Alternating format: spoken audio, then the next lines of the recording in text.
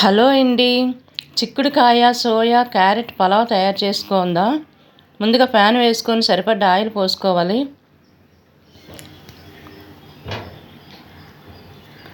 Next నానబెట్టుకున్న సోయాని పిండేసి ఆయిల్లో వేగించుకోవాలి బ్రౌన్ కలర్ వచ్చే వరకు. సోయా బ్రౌన్ కలర్ వచ్చే తీసి పక్కన పెట్టుకుందాం.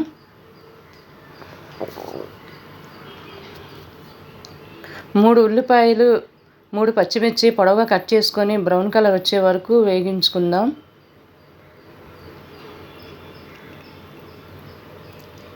యాలకులు 5, లవంగాలు 5, దాల్చిన చెక్క 2 ముక్కలు వేసుకొని వేగించుకోవాలి. కట్ చేసి పెట్టుకున్న 1/2 కప్పు క్యారెట్ ముక్కలు వేసుకోవాలి. కట్ చేసి పెట్టుకున్న 1 కప్ టమాటీ ముక్కలు వేసుకుందాం. కట్ చేసి పెట్టుకున్న చిక్కుడు ముక్కలు 1 కప్పు.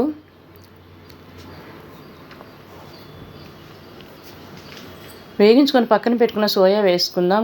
కొత్తిమీర వేసుకోవాలి. నెక్స్ట్ రైస్ కుక్కర్లో పోసుకుందాం అన్నీని. కడిగి పెట్టుకున్న బాస్మతి రైస్లు 3 కప్పులు.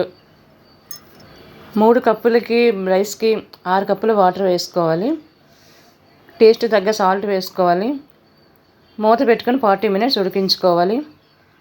ఓకేనండి, పలావ్ రెడీ అయిపోయింది. చిక్కుడు పలావ్. మీకు నచ్చితే కొత్తిమీర కొద్దిగా వేసుకుందాం. మీకు నచ్చితే లైక్ చేయండి, సబ్స్క్రైబ్ చేయండి. ఓకే, నెక్స్ట్ వీడియోలో కలుద్దాం. బాయ్.